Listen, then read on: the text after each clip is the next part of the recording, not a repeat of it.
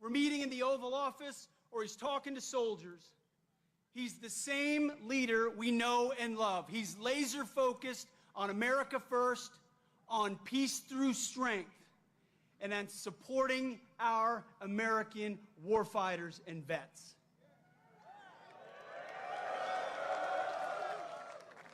You know exactly where his compass is. You know exactly what he believes. And what I tell troops when we travel across the world, and I've had a chance to meet so many of you fine Americans, what I always say, the message from our Commander-in-Chief is, he has your back.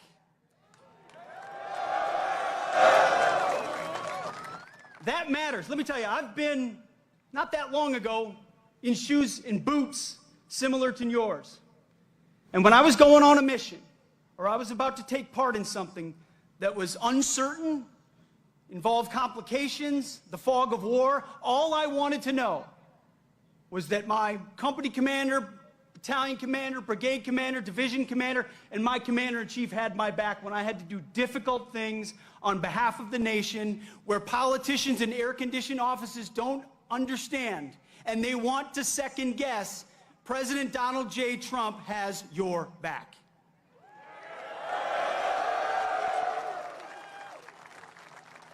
So at the Defense Department, we're doing 3 critical things at his direction. Number 1, we're restoring the warrior ethos. We're getting back to basics. Standards, accountability, readiness, training, warfighting, lethality. We're not a college or a university. We're not interested in your woke garbage and your political correctness.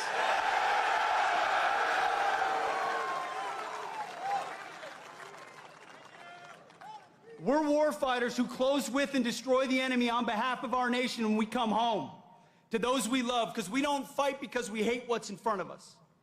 We fight because we love what's behind us. That's what makes the American soldier different.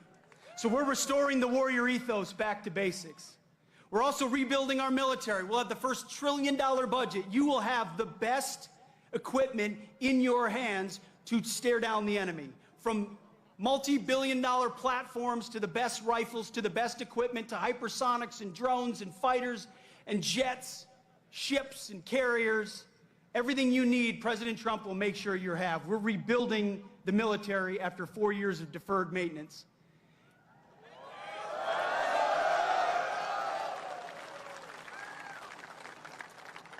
And finally, we're reestablishing deterrence.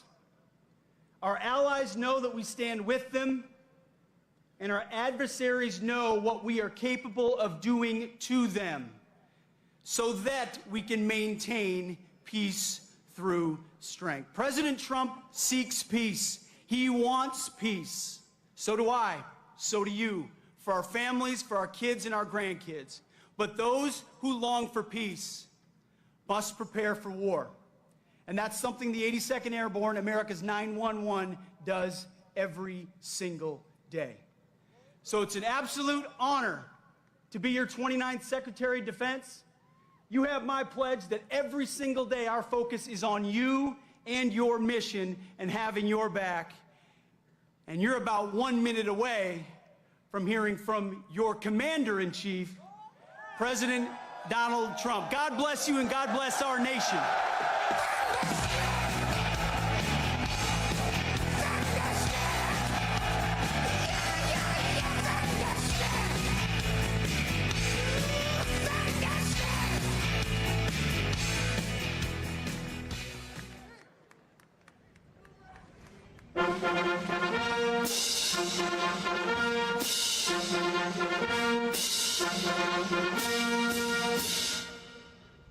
Ladies and gentlemen, please welcome your Commander-in-Chief, the 45th and 47th President of the United States, President Donald J. Trump.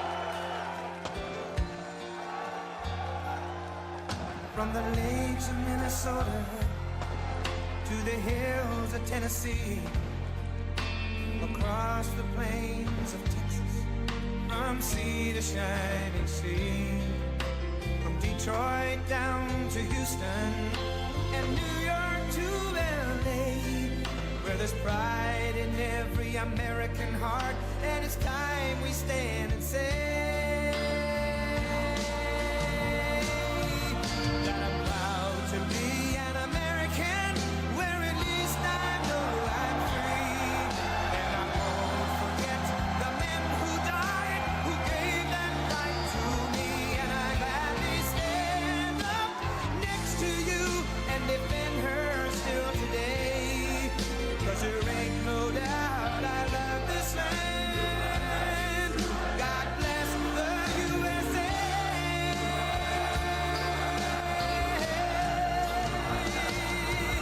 And I'm proud to be an American, where at least I know I'm free.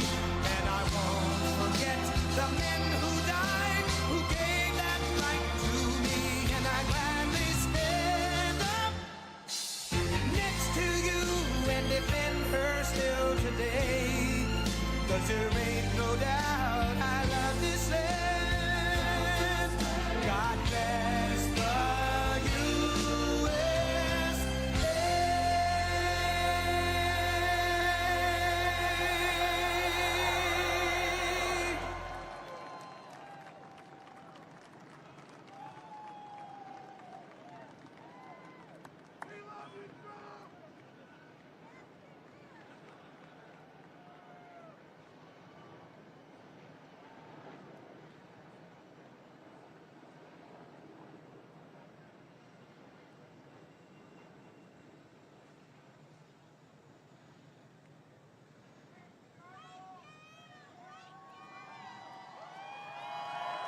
Wow. Wow. Wow. That's a beautiful sight, and it's a beautiful sight to be with you in a place called Fort Bragg.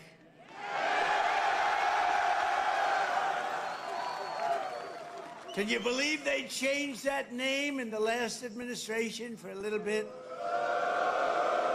But we'll forget all about that. Well, we're going to forget all about it. I want to just say God bless the U.S. Army and God bless the USA.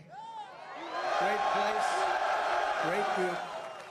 I want to thank so many incredible soldiers and paratroopers, pilots, warriors for that awesome display of pure, unrivaled American military might. I just saw something that was crazy. You don't want to mess. I've been saying a long time, we have the best. Nobody even comes close, but they just gave me a display that you might be lucky not to see it, because it's a little scary. It was beautiful to watch. Let's hear it for the Army Special Operations and Command and the 82nd Airborne Division and the 18th Airborne Corps. What a show it was, and what a show it continues to be. And Saturday is going to be a big day in Washington, D.C. You know, a lot of people said, we don't want to do that. I say, yeah, we do. We want to show off a little bit. You know, recently, other countries celebrated the victory of World War I. France was celebrating, really. They were all celebrating. The only one that doesn't celebrate is the USA, and we're the ones that won the war. Without us, you'd all be speaking German right now. Maybe a little Japanese thrown in. But we won the war. And we don't celebrate, but we're going to celebrate on Saturday, and we're going to celebrate from now on. We're going to celebrate our greatness and our achievements. This week we honor 250 years of valor and glory and triumph by the greatest fighting force ever to walk the face of the earth, the United States Army. For 2.5 centuries, our soldiers have marched into the raging fires of battle and obliterated America's enemies. There's never been anything like it. There's never been a force like this. And I rebuilt it. I gave you so much money for 4 years. It was crazy. And we just approved our largest budget for military operations, over $1 trillion. We've never even come close.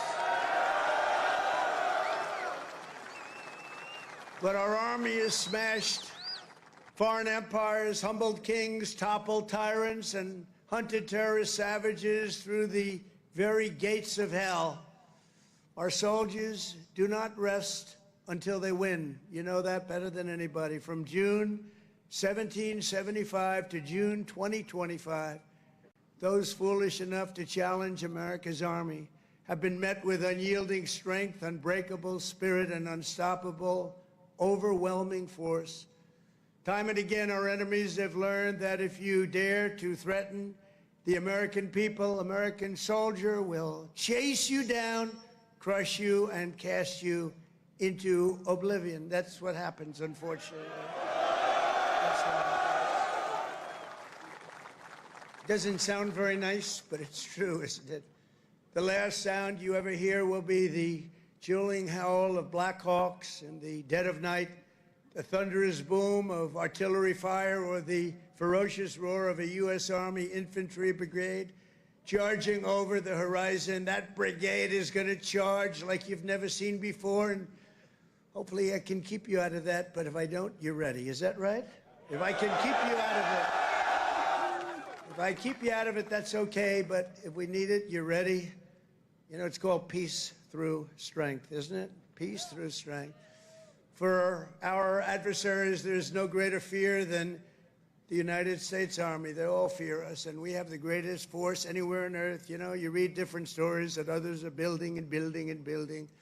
We have a force like no other. They said it would take 5 years to defeat ISIS. We did it in 4 weeks. 4 weeks. We let them go. Unlike other of your leaders, I let them go, and we had General Raisin Kane, who's now the head of the Joint Chiefs of Staff, because I liked him. He was a warrior. He was a great warrior, and now he's been rewarded for his incredible work. But they said it would take 5 years, and we did it in 4 weeks. Someday I'm going to ask him to explain that one to me. But it was the television generals that said that. The real generals got out and fought, and nobody fought like them ever. But for the American people, there's no greater pride, because you are the righteous sword of American justice and the ultimate shield of American freedom. This week, we remember that we only have a country because we first had an army. The army was first. In fact, the army was even before the country. You know that, right? 1 year before the country. After 250 years, we still proudly declare that we are free because you are strong. You are so strong. We're safe because you are brave, and America's flag will never fall because America's army will never, ever fail. Never going to fail. Every branch of the armed forces has played a critical role in protecting our nation, but no one has done more fighting, bleeding, and winning than the U.S. Army. Nobody's done that. The Army has earned more combat medals and more battle ribbons than any other service, and 70% of all of the medals of honor. We give away medals of honor all the time at the White House to incredibly brave people, but you have 70% of them.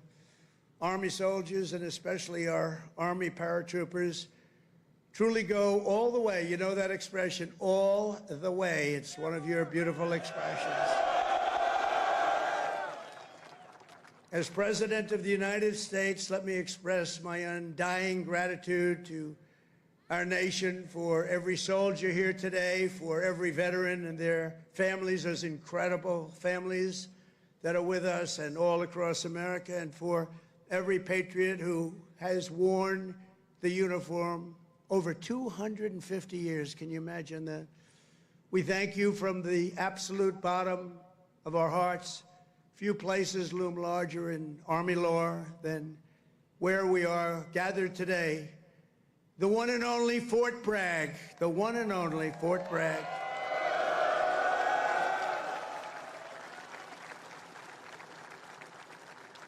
But remember, it was only that little brief moment that it wasn't called Fort Bragg. It was by the Biden administration, not Trump. I had nothing to do with it. We got it changed. We said, you know, I came here numerous times, and everybody, they kept saying Fort Bragg, Fort Bragg. I said, you know, it's not the name, but then I was making a speech. I said, what do you think I should call this place? Call it Fort Bragg. I said, Fort Bragg, how you doing?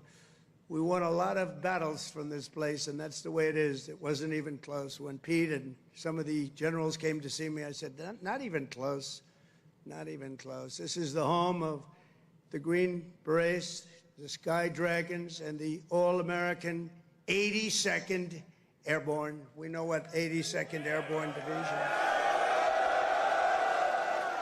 This is where the GIs who won the Second World War learned to pack their parachutes and push howitzers and go right into those C-47s with lots of arms and push them right out those big, beautiful doors and wield their bayonets and pry the enemy from the hedgerows of the French countryside. France needed us badly.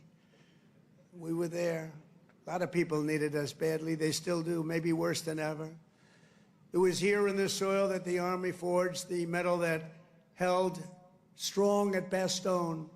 It was here the mighty paratroopers earned their wings before they rained down death from above to liberate Sicily, Normandy, and even the Netherlands. That's right. We saved the Netherlands. Every inch of this base is steeped in the legacy of those warriors who have said with pride, "Sir, I trained at Fort Bragg, sir." That was pretty cool. And that is why we restored the historic name of this very, very special place. I don't know if it could be the same place. Fort Bragg is in, that's the name. And Fort Bragg, it shall always remain. That's never going to be happening again.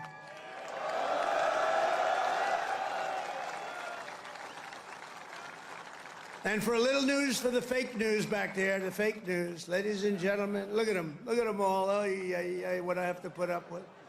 Fake news. What I have to put up with. But they're all right. They've been very nice today. They were impressed with that display, I can tell you that.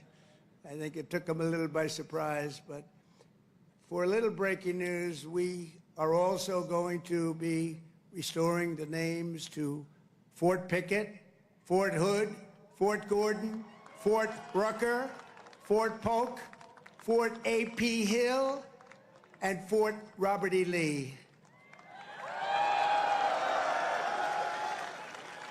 We won a lot of battles out of those forts. It's no time to change. And I'm superstitious, you know, I like to keep it going, right? I'm very superstitious. We want to keep it going. So that's a big story. We just announced that today to you for the first time. They said, why didn't you wait till Saturday? I said, I can't wait. I got to talk to my friends here today. This is a record crowd. You know, you never had a crowd this big. That's an honor. You think this crowd would have showed up for Biden? I don't think so. I don't think so. I don't think so. Maybe I'm wrong. Maybe I'm wrong.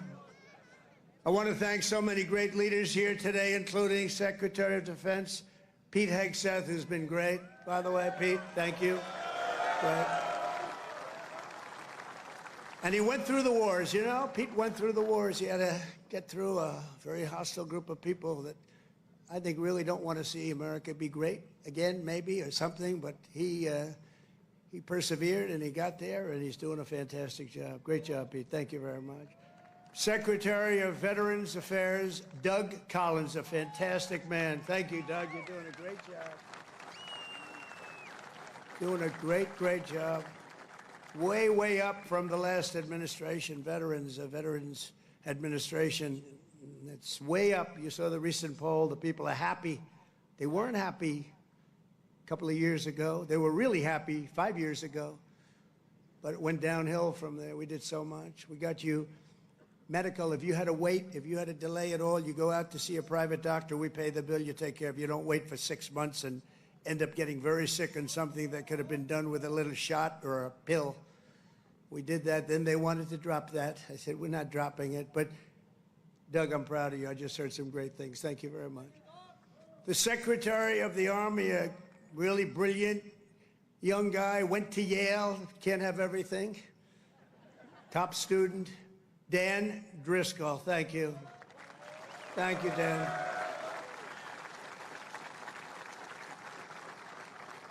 And we have your senators, Senator Ted Budd and Senator Tom Tillis. Thank you, fellas.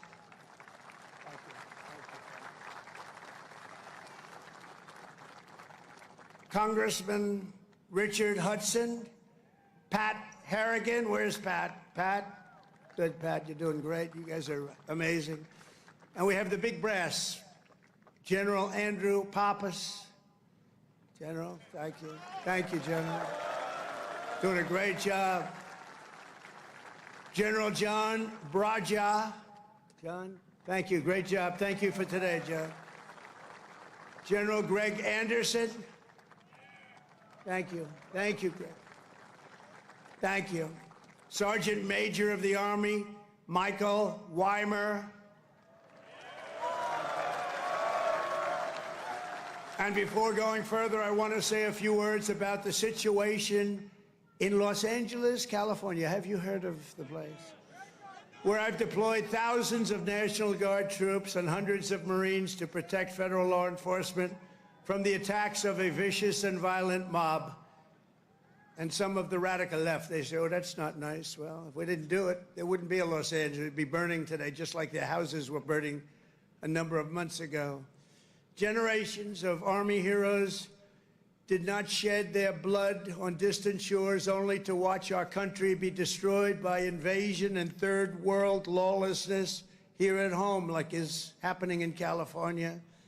As Commander-in-Chief, I will not let that happen. It's never going to happen.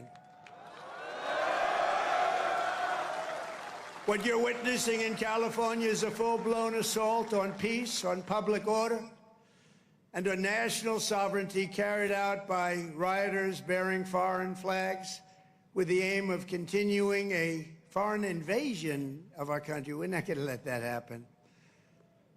Remember, millions of people were allowed to come into our country totally unchecked and unvetted by stupid people or radical left people or sick people. But regardless, open border policy, the dumbest policy yet, I would say even dumber than men playing in women's sports, transgender for everyone. Even dumber than that, they're hurling bricks and cinder blocks at law enforcement. Did you see they're breaking up the sidewalks and the curbs, breaking it up with big, strong hammers? These guys are professionals. These are not amateurs. They're breaking it up because they took the bricks away from them.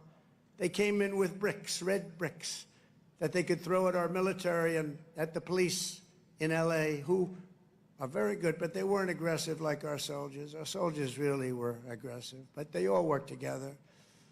But they came in with bricks, they were taken away, and they had hammers. Oh, wow, how did that happen? And they're pounding the sidewalk. I said, what the hell is he doing? And he's breaking it up and making it into concrete bombs in a way, and they're dropping them on our military. They're throwing them at our military. Pretty good arms they had, too. Hits guys right in the face. Big chunk of concrete, worse than a brick. They're taking them up to the bridges, and they're dropping them in the cars that are going by. These are animals. But they proudly carry the flags of other countries, but they don't carry the American flag. They only burn it. Did you see a lot of the flags being burned? They weren't being burned by people from our country or from people that love our country. People that burn the American flag should go to jail for 1 year. That's what they should be doing. 1 year. And we'll see if we can get that done. We're going to try and get that done. We're working with some of your senators. I know Senator Josh Hawley is very much involved. And I know the two senators from here. I think you guys, are you guys in favor of it? Boy, would this be a bad time for them to say no. I got you. I got those 2 votes. The agitators are throwing firebombs, Molotov cocktails, lighting vehicles ablaze. You saw all the cars that were burning, mobbing police officers and ICE officers who are the toughest people you'll ever meet, and they love our country, and they're getting really they want to stomp on them, but they're too tough. They don't allow it. And attempting to infiltrate and occupy federal buildings wearing armor and face shields. The best money can buy, somebody's financing it. We're going to find out through Pam Bondi and Department of Justice, who it is, they're already on it. Who's financing all this equipment? Very professional. Under the Trump administration, this anarchy will not stand. We will not allow federal agents to be attacked, and we will not allow an American city to be invaded and conquered by a foreign enemy, and that's what they are. A lot of those people were let in here by the Biden administration. They just poured right in. They came from prisons, they came from jails from all over the world. They came from mental institutions. They were the leaders of gangs. They were drug lords allowed to come into our country. Their countries threw them out. Their countries would bus them or drive them right to our border and say, go in there, you ever come back, we're going to kill you. And we got them, and we're getting them out of here. I want to applaud the courage and the strength of the incredible troops who are right now standing guard to protect federal property and personnel and uphold the supremacy of federal law. That's what they're doing. They're protecting our ICE agents. They're protecting the police in Los Angeles. The head of the police in Los Angeles, a good man, I hear a good man, but he was actually saying we really did need this help. It had gotten away from them. It had long gotten away. And we gave it to them. Not only are these service members defending the honest citizens of California, they're also defending our republic itself. And they are heroes. They're in there, they're heroes. They're fighting for us. They're stopping an invasion just like you'd stop an invasion. The big difference is most of the time when you stop an invasion, they're wearing a uniform. In many ways, it's tougher when they're not wearing a uniform because you don't know exactly who they are. In Los Angeles, the governor of California, the mayor of Los Angeles, they're incompetent, and they paid troublemakers, agitators, and insurrectionists. They're engaged in this willful attempt to nullify federal law and aid the occupation of the city by criminal invaders. That's what it is. They're invaders, no different. Their position is that the rioting will not stop unless ICE withdraws from Los Angeles and ceases the enforcement of federal immigration law. In other words, they came in here illegally. Many of them came out of prisons and jails, the most heinous people. They came from all over the world. They came from the Congo in Africa. They came from Asia. They came from the prisons of these places. They were put into the United States and allowed to stay here because we had a grossly, grossly unfit president who listened to whoever was operating the auto pen. And they allowed these people to stay. And by the way, I've known this guy for a long time. He was never the sharpest bulb. But you know what he was? He wasn't a radical left lunatic. He never dreamt about open borders. He never said that when he was of sound mind, which actually was a very long time ago. So sad what they've done to our country. I will say that without question, however, you're seeing the financial numbers. We've now got the hottest country anywhere in the world. And 6 months ago, it was the coldest country. We're being laughed at all over the world. I was in Saudi Arabia, Qatar, UAE.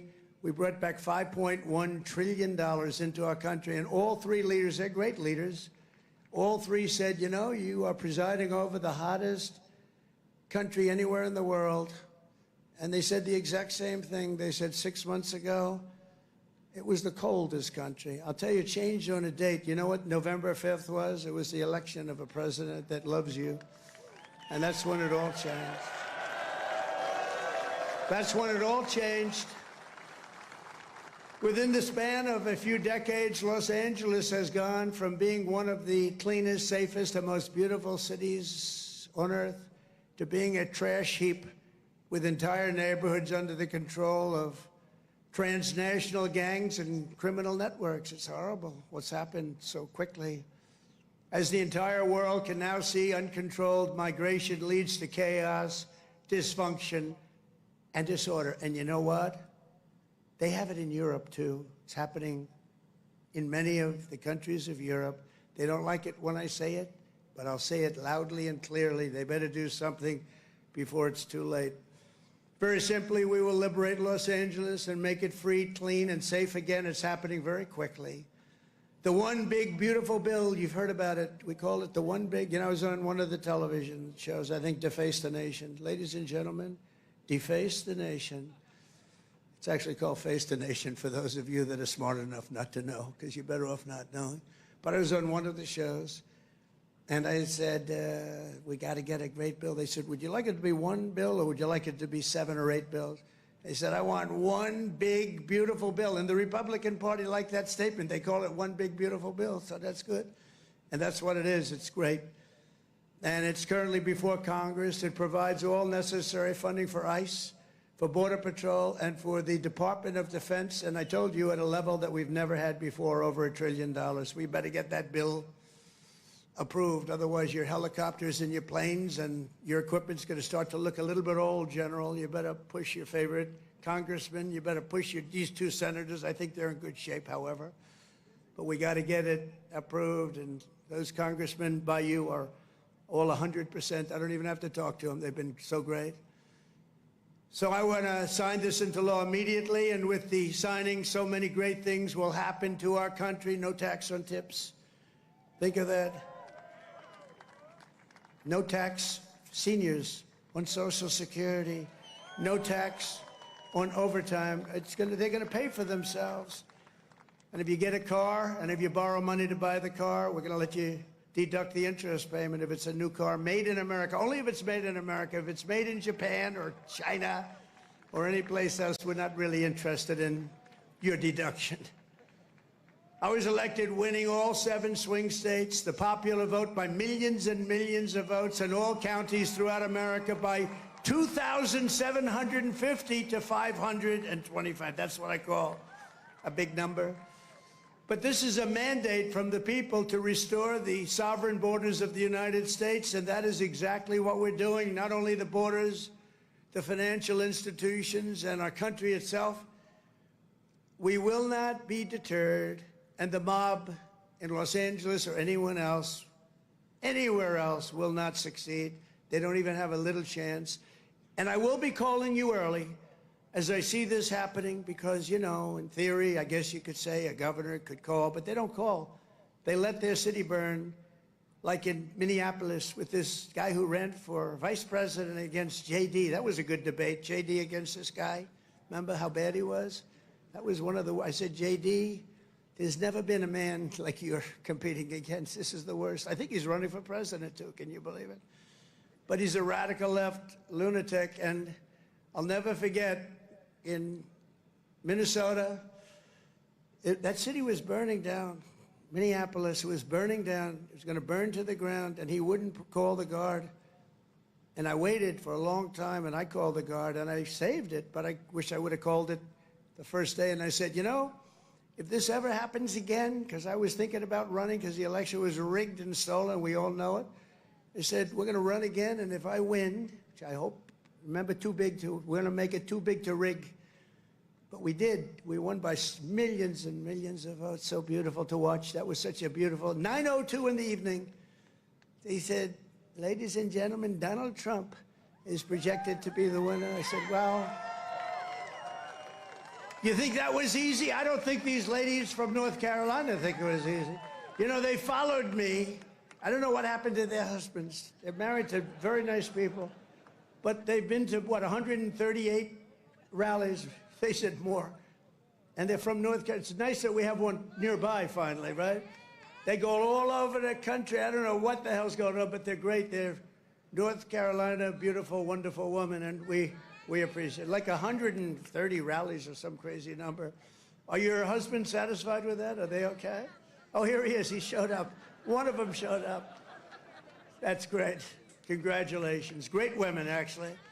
The great patriots. We will use every asset at our disposal to quell the violence and restore law and order right away. We're not going to wait 7 days and 8 days and wait for a governor that's never going to call and watch cities burn. And let me tell you, if we didn't do this, Los Angeles would burn. It would be burning to the ground right now, just like their houses burned to the ground just a few months ago. And the only flag that will wave triumphant over the streets of Los Angeles is the American flag. So help me God. The American flag is the one that's going to wave triumphantly over the streets. And now let's get back to the true reason we're here today, celebrating 250 years of unbreakable Army courage. This week we commemorate not just the starting point in Army history, but a turning point in the history of the world. That's how important it is. When the Continental Congress created the Army and appointed its first commander, named happened to be George Washington. Has anybody heard of him? George Washington. Are you okay, darling? Are you all right? Yeah, take your time, please. Doctor, please. Doctor. Doctor in the house. Thank you. Thank you very much. These are great people. They've been waiting here a long time, General, so, you know, we want to give them all the time they need, right?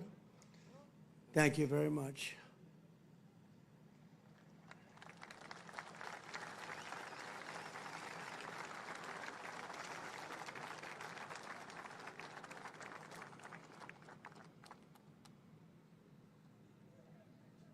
Greatest people in the world. They are amazing. Amazing.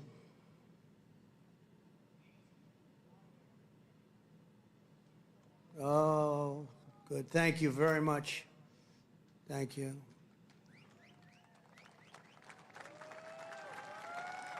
Okay, honey. Thank you. Beautiful young person. Beautiful young person.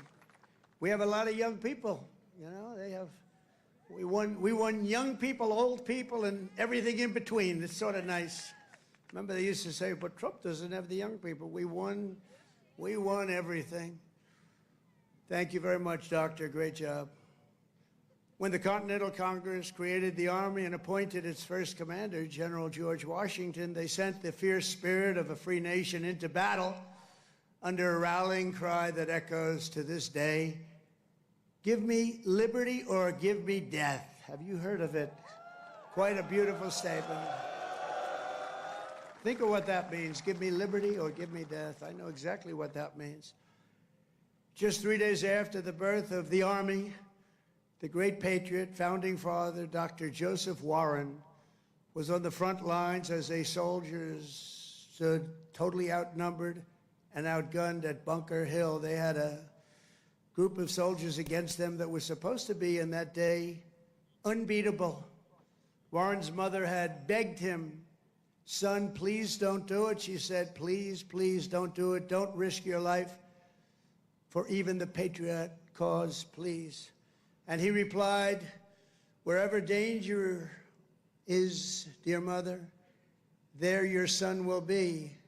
I will either set my country free or shed my last drop of blood to make us so beautiful. So the words are so beautiful.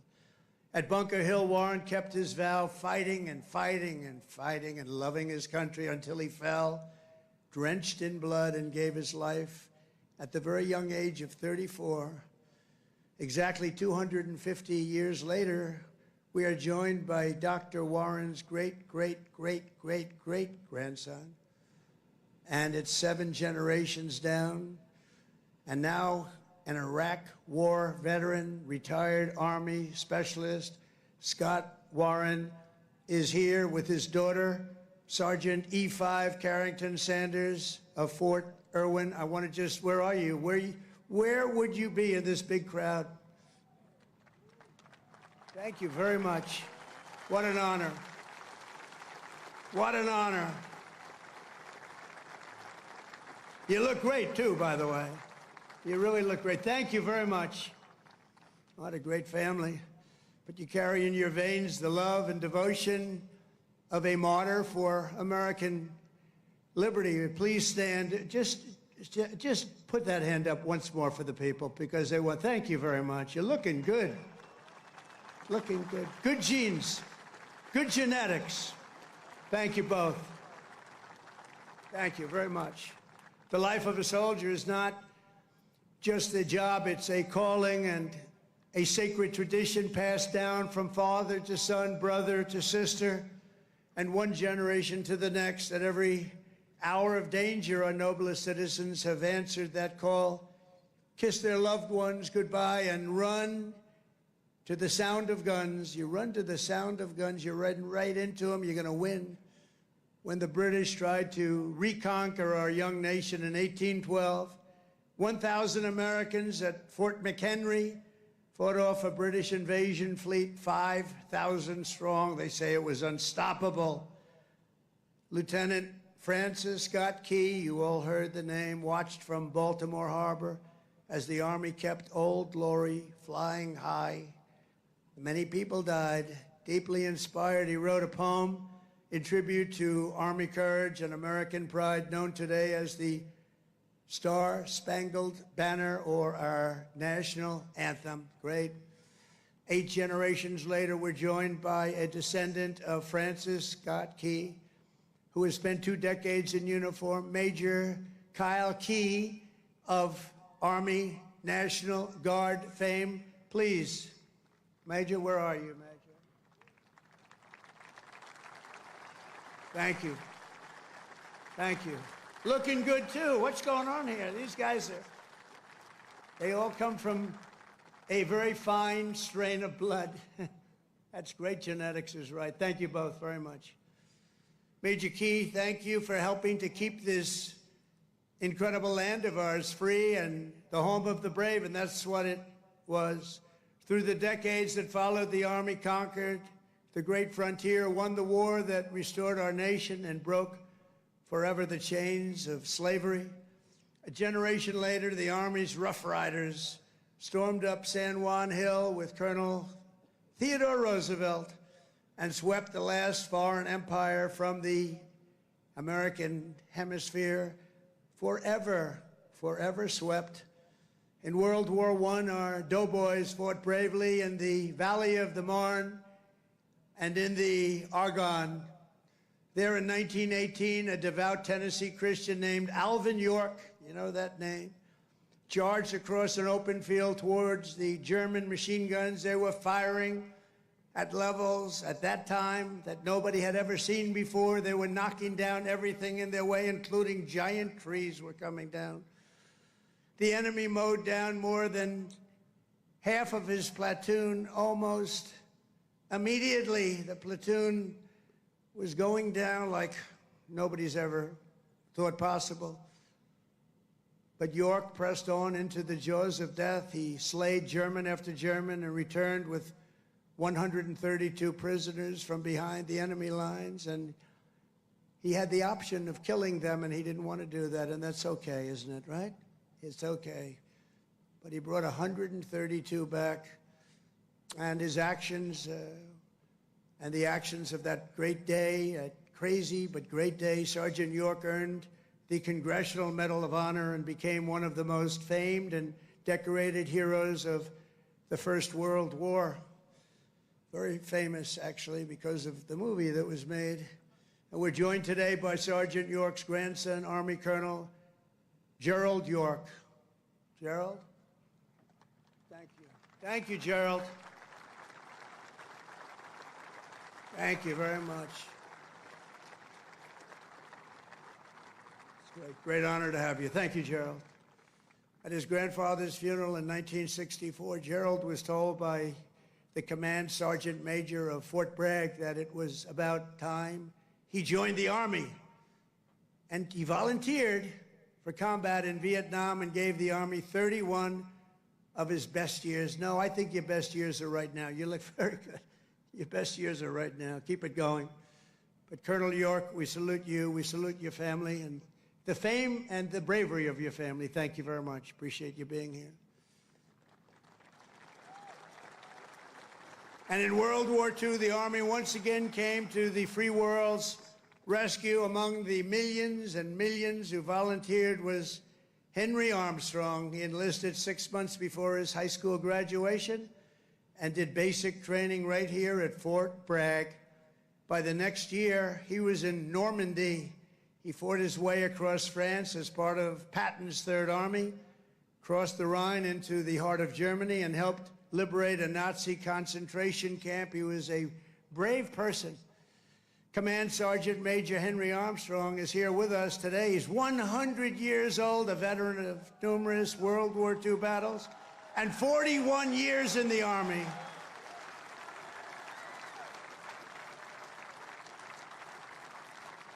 Thank you. Wow. These are great, amazing people. Thank you very much. Great. Thank you very much. He's joined by his grandson, Army Major Dennis Armstrong. Dennis, I assume that's you, right? Thank you, Dennis. And Dennis's wife, Captain Shelley Armstrong. They love the military, and they love our country. Thank you very much. Shelley, thank you very much. Appreciate it. And their son, Tanner. Where's Tanner? Let me see. Oh, he looks good, too. They all look good. Tanner might look the best, actually. Thank you very much. Who's an active duty staff sergeant in the 82nd Airborne right here in Fort Bragg. He could right now run for office, I think. He's very popular.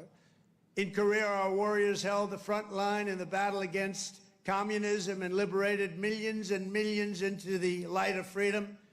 To Vietnam, we sent some of the toughest men who ever wore army boots and olive drab. One of them was Joe Marm of Pennsylvania. He was 23 years old when his platoon was ordered to rescue soldiers surrounded by the enemy in the Battle of Ia Drang. Lieutenant Marm charged into heavy fire, killing 4 enemy soldiers in the brush before sprinting across 40 yards of open field. His teammates could not believe he was doing it, actually, they said. He then tossed a grenade that killed 8 Viet Cong gunners, plunged into the trenches, and killed still more before being shot in the jaw, badly in the jaw. He successfully cleared the way for his men to save their stranded comrades, and frankly, for his men to save their own lives. He was unbelievable. For his exceptional bravery, Lieutenant Marm received the Congressional Medal of Honor and retired as an Army colonel after 30 years of service. Colonel Marm is here today with his 2 sons, Will and Walter, both Army Rangers. What a great family legacy. Please stand up.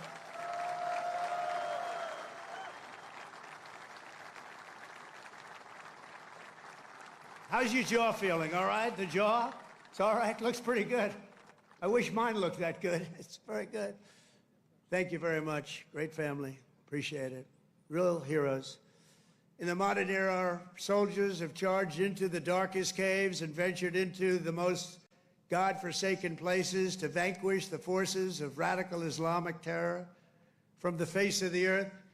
In 2007, Chief Warrant Officer Eric Phillips was stationed at a remote outpost in the Afghan mountains when a massive Taliban force attacked from all sides. He thought he was finished. For 3 hours, he led a hellacious counter-assault to successfully repulse the enemy in close combat. In the same deployment, Eric again repelled an attack by a vastly larger enemy force, saving countless lives. For his spectacular gallantry, Chief Phillips earned the Distinguished Service Cross and the Silver Star, becoming among the most highly decorated warriors of any branch in the war on terror. Actually, he is the most decorated, and it's not even that close. Many, many battles, many, many medals. And he's with us today, Chief Phillips. You did us all proud. Please stand up, Chief Phillips. Thank you. Thank you very much. Thank you. You are Army strong. Thank you very much, Chief. From the American Revolution until today, the story of the Army is the tale of an unbroken chain of American patriots who gave all they had for this country. It is the saga of epic men like Washington and Jackson, Grant and Custer, Pershing and Eisenhower, Patton and MacArthur, Wild Bill Donovan, and the great General William Yarborough, father of the Green Berets. You know that, the Green Berets? You know that? William Yarborough. It's the story of fabled units like the Old Guard, the Iron Brigade, the Big Red One, the Buffalo Soldiers, the Harlem Hellfighters, the Tuskegee Airmen, the Screaming Eagles, and George Patton's Hell on Wheels. They called it Hell on Wheels. When he was after you, it was not good. The weapons of war have changed with every generation, but the unflinching loyalty of the American soldier has always remained the same. The Army has always stayed true to its motto, this we'll defend. You know that, this we'll defend. Army warriors who have laid down their lives for America rest by the thousands in the sacred soil of Arlington and Gettysburg, Anzio and Manila, and to far-off places known only to God. We owe everything to them. Today we renew our devotion to the cause of liberty for which they so selflessly lived and fought and so bravely died. There could be no greater tribute to their memory than to prepare the Army to dominate America's enemies for the next 250 years and more than that. That's why under the Trump administration, we're focused on restoring the spirit of the U.S. Armed Forces. No soldier ever volunteered for the Army to be lectured about transgender diversity or inclusion. You don't want to hear that. Transgender for everybody. We don't do that. America's patriots joined the Army to kick down doors, storm beaches, kill terrorists, and win America's wars. That's what we want. And that's what you want.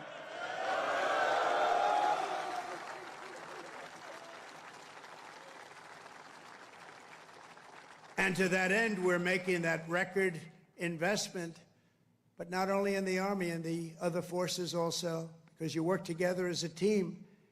And we're including in that and across the board. Now, you don't have to take this if you don't want. You could be great patriots, say, I don't want a raise. I will not accept it. Let it go back into our country. Let's give it to Gavin Newsom so he can waste it in Los Angeles. No, we don't want to do that, but we're giving you across the board raise for every single service member in the U.S. Armed Forces. We're giving you across the board, and you deserve it. You know, we spend so much money on things that we shouldn't be spending it on, but I think those days are stopping, Mr. Senators and Congressmen that are with us. As part of our one big, beautiful bill, we are also investing over $1 billion to update your on-base housing, and we're building a state-of-the-art missile defense shield to protect our homeland, and it's called the Golden Dome. It's going to be all made in America. We've done it for others. We're now doing it about time, right? We're doing it for ourselves. After years of recruiting shortfalls, this is, to me, maybe the most exciting things. We're setting the strongest peacetime recruiting records ever. Just think of this. 6 months ago, we couldn't recruit anybody to join the military. Nobody wanted to join. That was 6 months ago. And then we had the election of November 5th. And now we have the strongest recruiting numbers in the history of our country. Can you imagine that? Can you imagine that? We've already surpassed our recruiting targets for 2025, and we're not done yet. And I'll tell you, it doesn't make you feel good when you had to hear 6, 7 months ago that nobody wants to join the Army, they don't want to join our military. Frankly, they didn't want to join our police, our firemen. They lost confidence, they lost faith in our country. And just a short number of months later, we're setting all-time records. In fact, your job might be in jeopardy. Somebody else may come in and take it. That was bad. We'll get you out of here. You have to be good. We're getting the best people that you've ever seen. We're getting people that I don't think we've ever seen anything like it. Great people are coming in. Doesn't it make you feel good, though? You have something and you're doing something and other people want to join you. Isn't that a great feeling? And wasn't it a lousy feeling just a short time ago when they announced, you know, you're a soldier and you're proud of your country and you're proud of the Army in your case, and you're reading stories about nobody wants to come in and join the military, right? Isn't that lousy? Even the ladies from North Carolina were not happy with that.